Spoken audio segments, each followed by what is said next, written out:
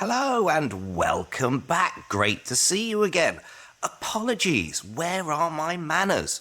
We were already getting into the course and I haven't asked you. How are you? Now, this is a question that often people overlook, that we don't really think about when we're asked. Being British, often when people ask me, how am I? Doesn't really matter how I truly am, especially if I don't really know the person. My typical answer will be, I'm fine, thank you. But also, usually, when somebody asks us this type of question, we'll reply with a very simple answer, and we never give it too much thought. For example, when I ask this in groups, whenever I'm doing training, the typical answers I get are, I'm okay, or I'm a little tired, or I've just woken up, or I'm looking forward to going home. Something like this. It doesn't go into much depth, and also there isn't much information that we can draw from it. So what I'd like you to do is to really think about how you are. When it comes to football, for example, if somebody loves football, they would have lots of vocabulary around football to be able to describe a certain situation. Maybe you like fine wine. Again, in this situation, you'd have lots of vocabulary centered around wine or food, or things that you typically like and like to talk about. But when it comes to emotions, it's not really the same. Our vocabulary isn't as extensive to describe exactly how we feel. Now, if this is the case, it's then very difficult for us to rectify those emotions if they need to be rectified, because we haven't quite yet pinpointed them. So what I'd like to do is ask you that question again, how are you? But this time we're going to use the mood meter and then move on to the feeling wheel. So the mood meter, as you can see on the screen, has two axes. The first one is pleasantness. The one along the y-axis is energy. Here we have four quadrants. We have the blue, the green, the yellow, and the red. So let's start with the blue. The blue is low energy, low pleasantness. So for example, maybe you've just woken up, you're feeling a little bit groggy, you can't really do much until you've had your morning coffee, very low in energy, not feeling overly pleasant. The green, on the other hand, perhaps you're lying on the beach and you're listening to my voice and thinking, wow, this is nice. There's no better place that I'd rather be than here sitting on this beach listening to a guy talking about feelings. Or perhaps you're in the yellow. Maybe you're excited about something. Maybe you've got some big opportunity that's about to happen.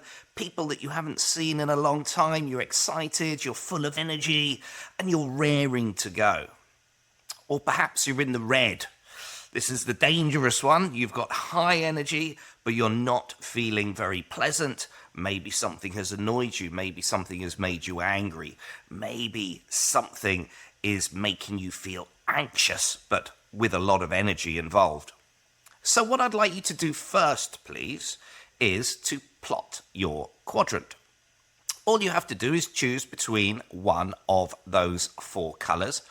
Now, perhaps, as you can see, there's gradients on there. You have +1, +2, +3, etc. If you can also try and decide where within that quadrant you would be. But the next question I'd like you to ask yourself is, why did you choose that quadrant? You know, for example, if I was in a training room now, I'd ask to see a show of hands. And it's quite interesting because a lot of the time people tend to be in the blue or the green. Maybe one or two people will be brave enough to put their hand up and say they're in the red, but it's usually when something has happened earlier that's made them feel angry in some way, or maybe just a bit aggravated. It's nice to have everybody in the yellow, but maybe not all of the time, and I'll come on to that a little bit later. But yeah, choose your quadrant, please, and if you can, try and decide which gradient on the scale you would be also.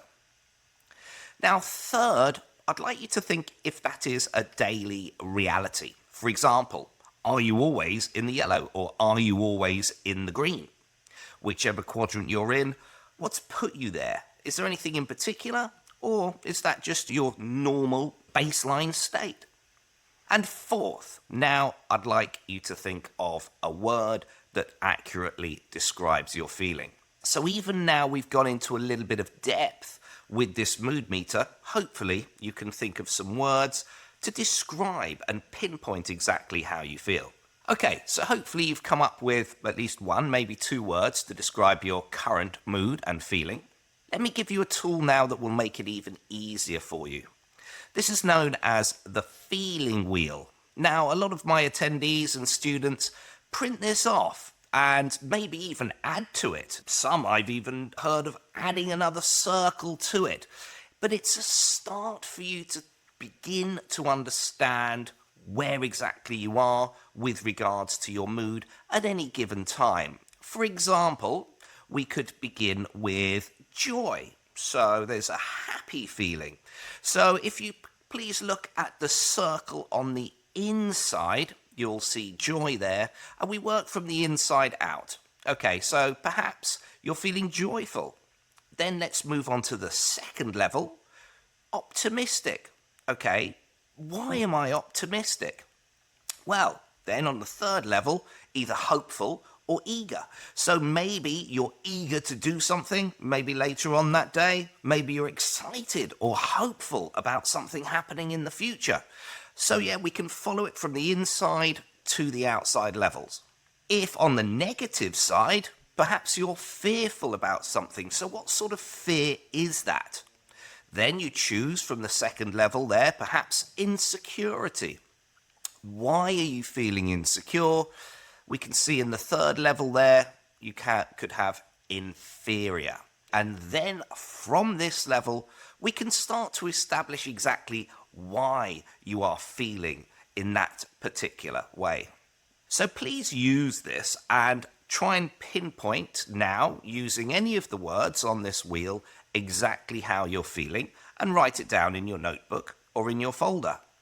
And also, wherever possible, if you can, try to look back at the exercise that we did before, at all of those triggers from the slide that really can change your emotion, and try and establish which of these best describe how you feel when you are triggered, in whichever way you are triggered.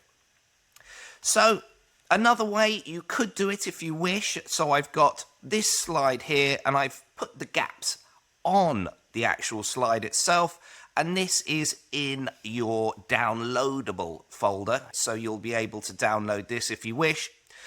I'd like you to think when you're in these different situations, for example, when you're in the red or when you're in the yellow, write down some typical, it doesn't have to be all the time, but some typical adjectives to describe your emotion for each of those different quadrants. You'll see there you have one in between the green and yellow.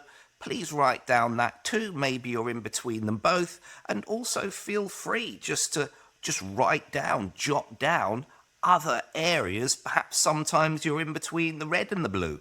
Write down, try and pinpoint the exact emotion that you're feeling at that given time, and where you can, try and relate it back to those triggers that we did in the earlier exercise.